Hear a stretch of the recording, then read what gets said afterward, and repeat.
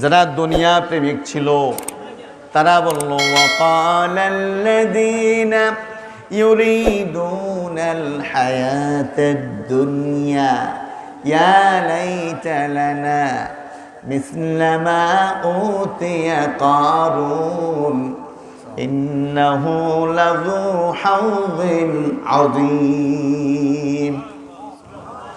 কারণ যখন এইভাবে জৌলুস প্রকাশ করে যাচ্ছে, দুনিয়াদার লোকদের মাথা খারাপ হয়ে গেছে।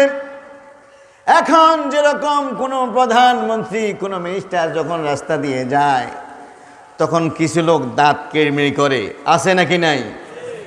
যখন সেলুট দেখে, সালাম দেখে, কিছু লোক এরম এরম করে। ইস, এরকম যদি গাড়ির ভিতরে আমি থাকতাম, আমিও যদি মন্ত্রী হইতাম, আমার উপরও যদি ফুলের বৃষ্টি বর্ষণ করা হতো, কতই না মজা লাগতো। এরকম আছে নাকি নাই? কারণ যখন তার জৌলুস প্রকাশ করে যখন চলতেছিল, দুনিয়াদার মানুষেরা বলল ওয়াকালাল্লাযীনা ইউরিদুনাল হায়াতাদ দুনিয়া ইয়া লাইতা লানা মিসলা মা উতিয়া কারুন ইন্নাহু লাযু হাউযিন আযীম। দুনিয়াদার লোকেরা বলল, ইস, আহারে, আল্লাহ যে কি দিছে, কারণটা ডাইলা দিছে। তেলওয়ালার মাথায় আল্লাহ দেখলাম খালি তেলই দেয়, আর যার মাথা শুকনো হেয়ানে কোনো তেলই নাই। ইন্নাহু লাযু হাউযিন আযীম, সে খুব সৌভাগ্যবান রে। এরকম কপাল লইয়া, আঙ্গু কপাল হইল 4 আঙ্গুল্লা, আর হের কপাল হইল 16 আঙ্গুল্লা, খালি কপাল লই। এরকম লোক সমাজের মধ্যে আছে নাকি নেই? দুনিয়াদার লোকেরা এরকম আফসোস করেছে। ওয়াকালাল্লাযীনা উতুল ইলমা ইয়া ওয়াইলাতা, কি জানা এটা? ওয়াকালাল্লাযীনা উতুল ইলম ওয়াইলাকুম সাওয়াবুল্লাহি খায়র লিমান আমানা ওয়া আমিলা সালিহা ওয়া লা ইউলাক্কাহা ইল্লাস সাবিরুন। সুবহানাল্লাহ। কিন্তু যাদের কাছে কিতাবের জ্ঞান ছিল, যারা আলেম ছিল, যারা প্রকৃত সত্য জানত, তারা বুঝতে পেরেছে কারণ হলো সমাজের মধ্যে অহংকারী। এত টাকা থাকার পরেও সে আখিরাতের জন্য কোনো কাজ করে না, শুধু দুনিয়া, শুধু দুনিয়া। সুতরাং যাদের সম্পদ মানুষকে আখিরাতমুখী করে না, ওই সম্পদ নেয়ামত নয়, ওই সম্পদ হলো গজব। যাদের এলেম আছে তারা বুঝছে। তখন তারা বলল, ও দুনিয়াদার লোকেরা, তোরা কেন এরকম পাগল হইছস? ওয়াইলাকুম সাওয়াবুল্লাহি খায়র, তোদের ধ্বংস হোক, তোরা হালাক হইয়া যা, তোরা কি চিন্তা করছস? বরং আল্লাহর দেয়া প্রতিদান এটাই হলো উত্তম। কাদের জন্য? লিমান আমানা ওয়া আমিলা সালিহা, যারা ঈমান এনেছে এবং সৎকর্ম করেছে। সুবহানাল্লাহ বললেন না? যারা ঈমান এনেছে, আখিরাতকে বিশ্বাস করেছে, আখিরাতকে বিশ্বাস করে হালাল খেয়েছে, আখিরাতে বিশ্বাস করে পর্দা করেছে, আখিরাতকে বিশ্বাস করে 5 ওয়াক্ত সালাত আদায় করেছে, আখিরাতকে বিশ্বাস করে রমজানের রোজাগুলো পালন করেছে, আখিরাতকে বিশ্বাস করে যারা নেক আমল করেছে, তাদের পুরস্কারটাই বরং উত্তম। ওয়ালা ইউলাক্কাহা ইল্লাস সাবিরুন। ওই আলেমেরা তখন বলেছে, এটা কিন্তু সবাই বুঝবে না, এটা কিন্তু সবাই বুঝবে না। যারা সবর করে কেবল তারাই এই মাহাত্ম্য বুঝতে সক্ষম। সুবহানাল্লাহ বলেন না? সুতরাং আল্লাহর জান্নাতে যেতে হলে সবর করার দরকার আছে নাকি নাই? যারা দাঁড়িয়ে আছেন, ভাই বৃষ্টি চলে গেছে, আমার সময় কিন্তু একেবারে শেষের দিকে, একটু বসে যান, মেহরবানি করে বসে যান। মাহফিলের স্বার্থে, দিনের স্বার্থে এখানে এসেছেন, আমরা অনেক দূর থেকে এসেছি, সময় কম, বক্তব্য শেষ করে দেব, শেষ করে দিচ্ছি। আপনারা কি আসেন আমার সাথে? তাহলে যারা জান্নাতে যেতে চায় তাদেরকে কি করতে হবে? সবর করতে হবে। কি করতে হবে? সবর করতে হবে। কিন্তু কিছু মানুষ আছে যতক্ষণ সুবিধা ততক্ষণ ইসলামের সাথে আছে, যখনই দেখে যে কোনো অসুবিধা কয় আমি আপাতত নাই, মুসিবত যাক পরে আসি। বুঝেন নাই কথা? হুজুর আপনি ওয়াজ করেন ততক্ষণ যতক্ষণ বৃষ্টি না আসবে। বুঝেন নাই? বৃষ্টি আইতে দেরি, আমার যাইতে।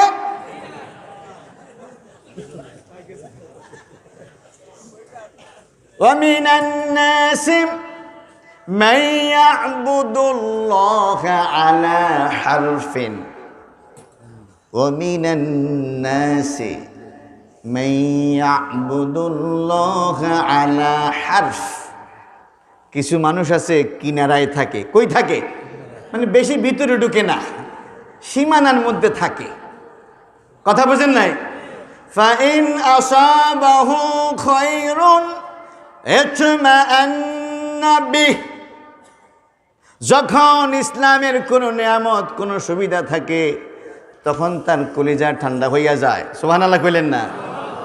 وَإِنْ أَصَابَتْهُ فِتْنَةٌ انقلب على وجهه خسر الدنيا والآخرة ذلك هو الخسران المبين। যখন মুসিবত আসে, আস্তে সীমানায় আছে তো, বুঝেন না, ওই পাশে যাইতে তো আর সময় লাগে না, আস্তে এই পা ওই পাশে দিয়ে দিছে। যখন মুসিবত আসছে কয় ভাই আমি তো ওই দিকে নাই, তুমি দেখো না আমার ঠ্যাং দেখো আমি কই আছি, আমার পায়ের দিকে তাকা, আমি তো তোমাদের পক্ষের লোক। ওই মৌলবীরা কি করে এটা দেখার জন্য আইছি। বুঝেন নাই কথা? মানে যতক্ষণ সুবিধা ততক্ষণ মৌলবীদের সাথে, যখনই মুসিবত হইছে কই আমি নাই। আল্লাহ বলতেছেন এদের দুনিয়াও গেল, আখিরাতও গেল। সুতরাং যারা ইসলামের পক্ষে থাকবে, দ্বীনের পক্ষে থাকবে, আল্লাহর পক্ষে থাকবে, রাসূলের পক্ষে থাকবে, সুখের সময় তাদেরকে আল্লাহর সাথে থাকতে হবে, বেদনার সময় তাদেরকে আল্লাহর পক্ষেই থাকতে হবে। বুঝেন নাই? মুসিবত আসছে, মামলা হামলার সম্ভাবনা আছে, কয় আপাতত তুফান যাক। বুঝেন নাই? দুনিয়ার কোন কাজটা করতে আপনাকে তুফানের মুখোমুখি হতে হয় না। দুনিয়ার কাজের জন্য তুফান কাঁধের উপরে আসলে অসুবিধা নাই, কিন্তু আখিরাতের প্রশ্নে, দ্বীনের প্রশ্নে, আল্লাহ এবং রাসূলের প্রশ্নে আপনি কোনো ঝুঁকি নিতে রাজি না। কথা বুঝছেন? এই সমস্ত লোকদেরকে আল্লাহ তাআলা বলছেন দুনিয়াদার। কি বলছেন? দুনিয়াদার। দিনদার ব্যক্তিরা উভয় অবস্থায় আল্লাহর পক্ষে থাকবে। কি বলেন, ঠিক কিনা? এই কথাই আল্লাহ বলছেন, ফামিনান নাসি মান ইয়াকুলু রব্বানা আতিনা ফিদ দুনিয়া ওয়া মা লাহু ফিল আখিরাতি মিন খালাক। কিছু লোক আল্লাহর কাছে দোয়া করে, আয় আল্লাহ আমাকে দেন, আমাকে দেন, আমাকে দেন। আল্লাহর কাছে প্রার্থনা করা ভালো লক্ষণ, এটা তাওহীদের আলামত। সে আল্লাহর কাছে চায়, কিন্তু শুধু ফিদ দুনিয়া, আয় আল্লাহ খালি দুনিয়া দেন, খালি কি দেন। এমন লোকের কথাও আমি জানি, নিজের মেয়েটা যাতে মেডিকেলে চান্স পায় সেই জন্য তাহাজ্জুদের নামাজ পড়েছে। কথা বুঝেন নাই? তাহাজ্জুদের নামাজ পড়েছে, মেডিকেলে চান্সও পাইয়া গেছে, তাহাজ্জুদের নামাজও ছাইড়া দিছে। নিজেও পর্দা করে না, নিজের মেয়েটাও পর্দা করে না। কথা বুঝেন নাই? কথা বুঝেন নাই? মেডিকেলে চান্স পাইল, এতে আপনি কি পাইলেন? মেয়েটাকে আপনি পর্দা করাইতে পারলেন না, এটা কি হারাইলেন? পাওয়া এবং হারানোর হিসাব তো আগে করতে হবে। কি বলেন, ঠিক কিনা? আল্লাহ আমাদেরকে বুঝার তৌফিক দান করুক। এরকম দ্বীনের লেবাসে, দ্বীনের সুরতে। হ্যাঁ, এরকম দুনিয়ামুখী লোক সমাজের মধ্যে আছে নাকি নাই?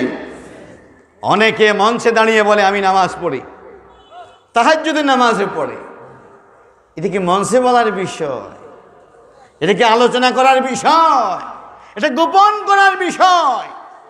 নফল ইবাদত যত গোপন করবেন তত তার ওজন বেড়ে যাবে। কি বলেন, ঠিক কিনা? বলা মানে হলো রিয়া, রিয়া, রিয়া হাবা মানসুরা, বিচ্ছিন্ন বিক্ষিপ্ত ধুলাবালির মতো আল্লাহ তাআলা উড়িয়ে দিবেন। আল্লাহ তাআলা আমাদেরকে দুনিয়াদার হওয়া থেকে হেফাজত করুন। সবাই বলেন আমিন। মানুষের মধ্যে কয় প্রকারের কথা বলছিলাম?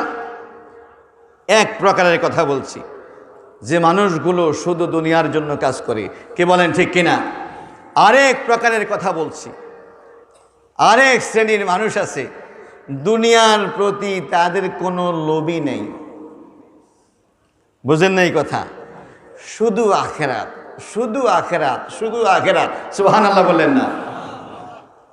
কথায় কথা আসে। আমার একটা ছেলে মাদ্রাসার একটা ছাত্রকে দিয়ে আমি আলহামদুলিল্লাহ রিয়াদুস সালেহীন মুখস্থ করিয়েছি।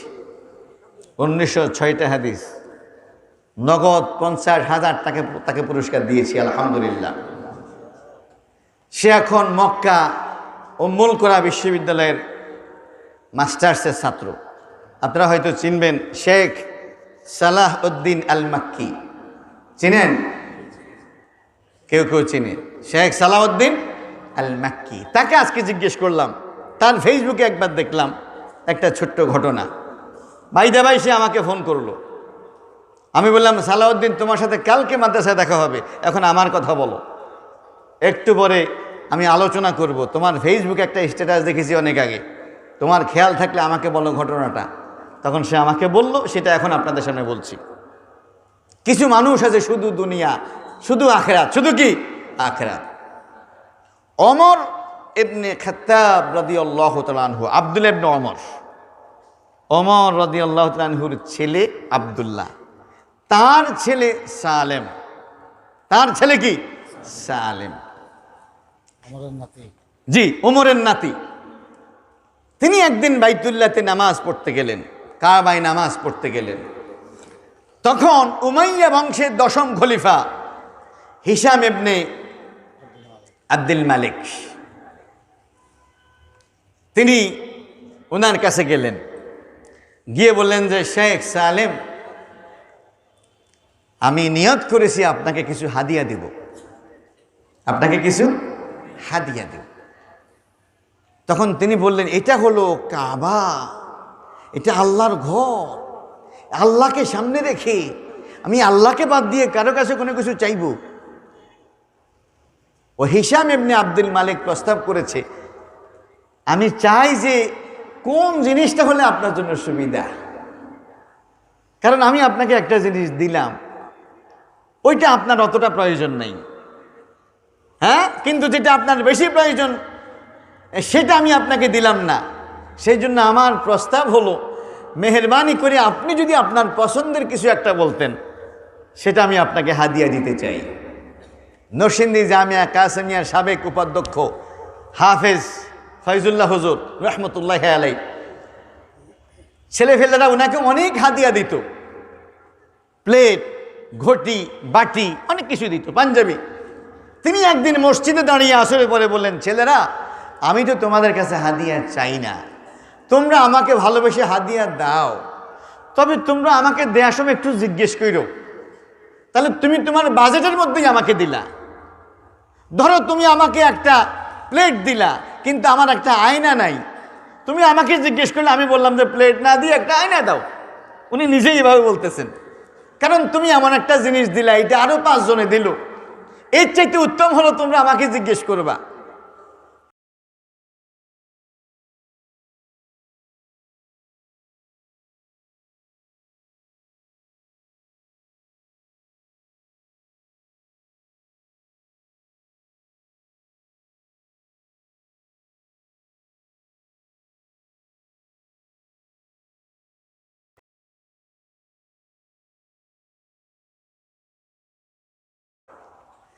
তখন তিনি বললেন, কি বলো তুমি, এটা কাবা, এটা আল্লাহর ঘর,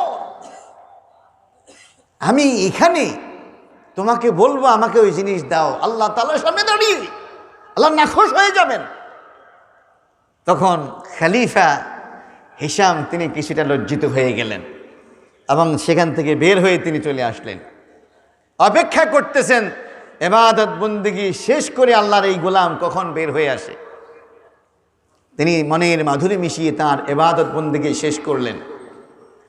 শেষ করে যখন বের হয়ে কাবার চত্বর থেকে বের হয়ে আসলেন, এবার খলিফা হিশাম জিজ্ঞেস করতেছেন, শেখ সালেম মেহরবানি করে যদি আপনি বলতেন, আমার মনের খুব আকাঙ্ক্ষা আপনাকে কিছু একটা জিনিস আমি হাদিয়া দিতে। তখন সালেম ইবনে আব্দুল্লাহ ইবনে ওমর রাদিয়াল্লাহু তাআলা আনহু তিনি জিজ্ঞেস করলেন, আমরুদ দুনিয়া আম আমরুল আখিরাহ, তুমি আমাকে কি দিতে চাও, দুনিয়ার কোনো কিছু নাকি আখিরাতের কোনো কিছু দিতে চাও? তখন সে বলল, আল্লাহ তাআলা আমাকে প্রশস্ত দুনিয়া দান করেছেন, আমি সেখান থেকেই আপনাকে কিছু হাদিয়া দিতে চাই, আখিরাতের কোনো কিছুর দায়িত্ব আমার কাছে নেই। তখন হযরত সালেম বললেন, দেখো আমি যেদিন জেনেছি আল্লাহ তাআলাই হলেন রব। সুবহানাল্লাহ বললেন না? আলহামদুলিল্লাহি রাব্বিল আলামিন, আলহামদুলিল্লাহি রাব্বিল আলামিন। আল্লাহ শুধু মানুষের রব না, তিনি আলামিনের রব, তিনি বিশ্ব জাহানের রব। রব হলেন তিনি যিনি নিজ ইচ্ছায় সৃষ্টিকে তৈরি করেন। রব হলেন তিনি যিনি নিজ দায়িত্বে সৃষ্টির প্রয়োজন পূর্ণ করেন। আমি যেহেতু আল্লাহর গোলাম, যতদিন বেঁচে থাকব আল্লাহ তাআলার রুবুবিয়তের অধীনে আমি বেঁচে থাকব। তিনি আমাকে না খাওয়াইয়া মারবেন না। আমার জন্য দুনিয়াতে যতটুকুন রিজিক বরাদ্দ করেছেন রব হিসাবে তিনি সেটা নিয়মিত আমার কাছে পৌঁছে দেওয়ার দায়িত্ব গ্রহণ করেছেন। এটা যেদিন আমি জেনেছি সেই দিন থেকে আমি আল্লাহর কাছে আর কখনো দুনিয়া চাই নাই, কারণ তিনি রব। রব হলেন তিনি যিনি নিজ দায়িত্বে সৃষ্টির কাছে তার রিজিক পৌঁছিয়ে দেন। সুবহানাল্লাহ। এটা জানার পরে আমি আল্লাহ তাআলার কাছে দুনিয়া চাই না, শুধু আখিরাত চাই, শুধু আখিরাত চাই। এখন ও খলিফা হিশাম, তুমি আমাকে বলো আমি তোমার কাছে কি চাইতাম? খলিফা হিশাম বেইজ্জত হয়ে গেল, অপমানিত হলো এবং তিনি চলে গেলেন। প্রিয় ভাইরা আমার, আল্লাহ তাআলার কিছু গোলাম দুনিয়ার মধ্যে আছে যারা শুধু আখিরাত প্রিয়, আখিরাত প্রিয়, আখিরাত প্রিয়। যেমনটি আল্লাহ তাআলা বলেছেন, ওয়া মিনান নাসি মান ইয়াশরি নাফসাহু বিতিগা মারদাতিল্লাহ ওয়াল্লাহু রাউফুম বিল ইবাদ। কিছু মানুষ আছে এরকম, আখিরাত ক্রয় করেছে, কেবল আখিরাত ক্রয় করে, দুনিয়া বিক্রি করে কেবল আখিরাত ক্রয় করে। এই আয়াতটা নাজিল হয়েছে একজন সাহাবীর ব্যাপারে, তার নাম হলো সোহাইব রুমি। তিনি যখন মক্কা থেকে মদিনায় হিজরত করে যাচ্ছেন তখন মক্কার কাফেররা ওনাকে ঘেরাও করে ধরলেন। তখন তিনি কি করলেন? তীর বের করলেন, ধনুক বের করলেন এবং বললেন, তোমরা জানো আমি খুব সাংঘাতিক তীরন্দাজ, আমার তীর লক্ষ্য ভ্রষ্ট হয় না, আমি তীর যেদিকেই মারি সেখানেই লক্ষ্যস্থলে গিয়ে পৌঁছে। তোমরা যদি আমার নিকটে আসো, যতক্ষণ পর্যন্ত আমার ধনুক থাকবে, তীর থাকবে, ততক্ষণ পর্যন্ত আমি তোমাদেরকে মোকাবেলা করে যাব। আমি বরং চাই তোমরা আমাকে নিরাপদে মদিনায় যেতে দাও। মক্কায় আমার সম্পদ আছে, টাকা পয়সা, বাড়ি গাড়ি, সোনা দানা আছে, আমি বরং তোমাদেরকে সন্ধান দিয়ে দেই। তারা জানে হযরত সোহাইব তিনি হলেন একজন নেককার ব্যক্তি, তিনি হলেন একজন সত্যবাদী ব্যক্তি, তিনি মিথ্যা কথা বলেন না। তিনি বলছেন, তোমরা আমার ওই গোপন সম্পদ নিয়ে যাও আর আমাকে নিরাপদে বাড়িতে যেতে দাও, মদিনায় যেতে দাও।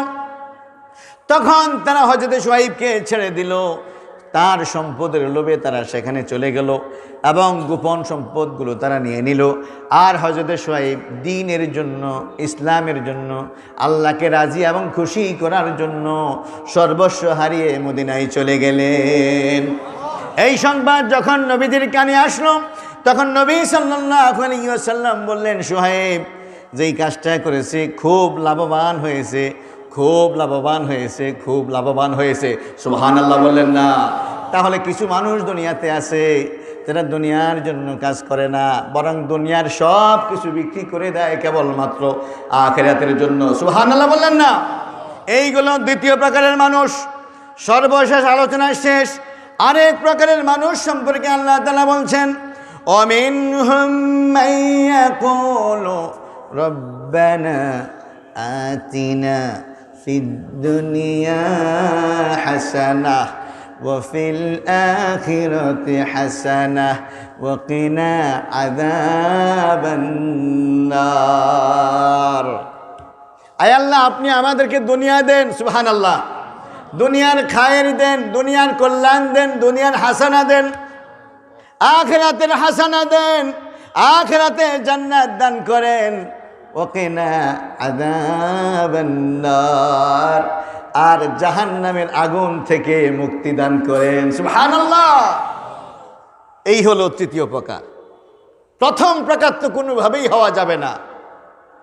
দ্বিতীয় প্রকার যদি হওয়া যায় তাহলে তো কোনো কথাই নাই, কিন্তু তৃতীয় প্রকার হইতে তো কোনো সমস্যা, কি বলেন ঠিক কিনা? এক সাহাবী, তিনি এরকম শুকাইতে শুকাইতে শুকাইতে শুকাইতে পাখির পালক নি বলে এটাকে, নাকি পলক বলে? পালক বলে, দানা। হ্যাঁ, একদম এগুলা না থাকলে পাখি যেরকম উলঙ্গ ল্যাংটা হয়ে যায়। হ্যাঁ, ফয়েজ বলেন?